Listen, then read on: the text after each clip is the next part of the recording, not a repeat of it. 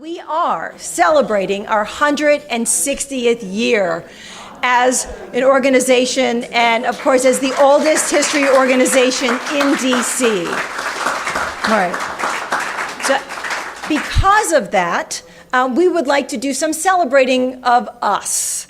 And we're going to do that in many ways. And one of those is to talk a little bit about ourselves and our founders. So I look for on our website, on our social media, in our newsletter, we're going to give you some bios of some of our founders and some of our more illustrious members. I hate to use that term, I think we're all in that category, but our well-known, our better-known members. And I want to talk a little bit about our first president of AOI, just to give you a little overview, and then we're going to give you more on more of our media for it. But I want to introduce you, in case you do not know, Benjamin Ogle Tayloe, who served as our first president. He was born to much wealth and political connections, both to Virginia and Maryland through his parents. John Tayloe III and Anne Ogle Tayloe, they were one of the wealthiest families in Virginia and builders of the Octagon House, most notably here. Because of that, of course, he was educated at Exeter and Harvard before he went on to study law with none other than one of the U.S. Attorney Generals.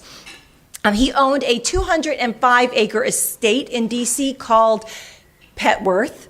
So basically, he owned Petworth, all of Petworth, and he built a house on Lafayette Square, which would become a political salon, as well as the site of not one, but two murderous scandals.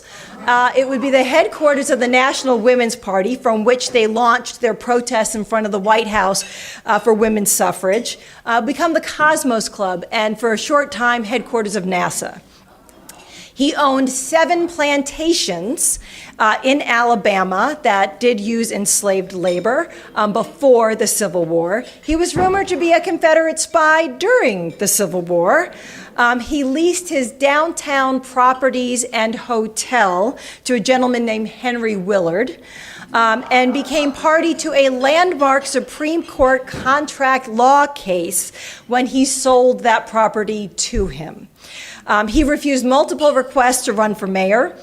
He was instrumental in building the Washington Monument. He served as AOI president from 1865 until his death in 1868 in Rome, when he died in Rome.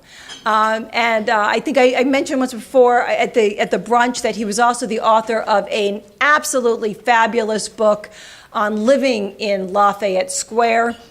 It is petty, it's catty, it's gossipy, and he didn't like too many people, apparently. But it is a fabulous eyewitness account of his time on Lafayette Square. So it's certainly something to look for if you're interested in learning more about Benjamin. But also we'll have more bios on him coming up. Especially because we are looking for ways to publish AOI's history for this 160th anniversary.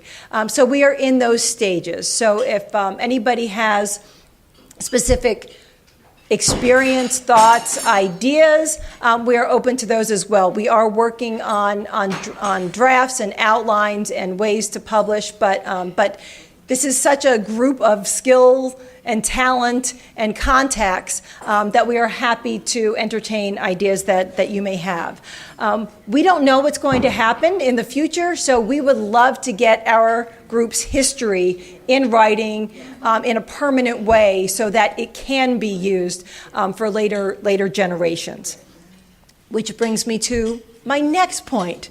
We are also going to tweak a little bit of the oral history project that has been in the works. And slow, I will take full credit for that. Slow because of me. But we're going to tweak it a little bit and make it self-interviews. And we will have questions available in person.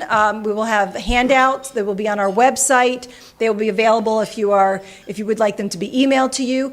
And you can answer those on your own, handwrite them, type them up, record your answers, video record your answers in any way that you want to, but we would love to get a snapshot of our membership today at our 160th and be able to know who we are, who we are made of, and where everybody came from.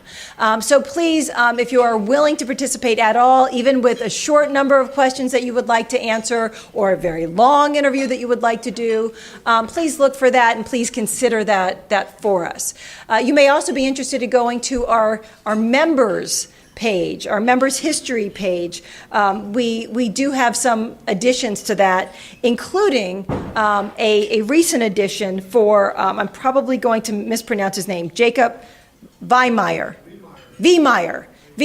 from the Wiemeyer Stone Company, who was there building, creating this, providing the stone and the stonemasons to build the Washington Monument, among other buildings in the nation's capital. So our member Pat McCarthy is connected to that family and has provided a member story on there with some great pictures. So take a look at that on our website.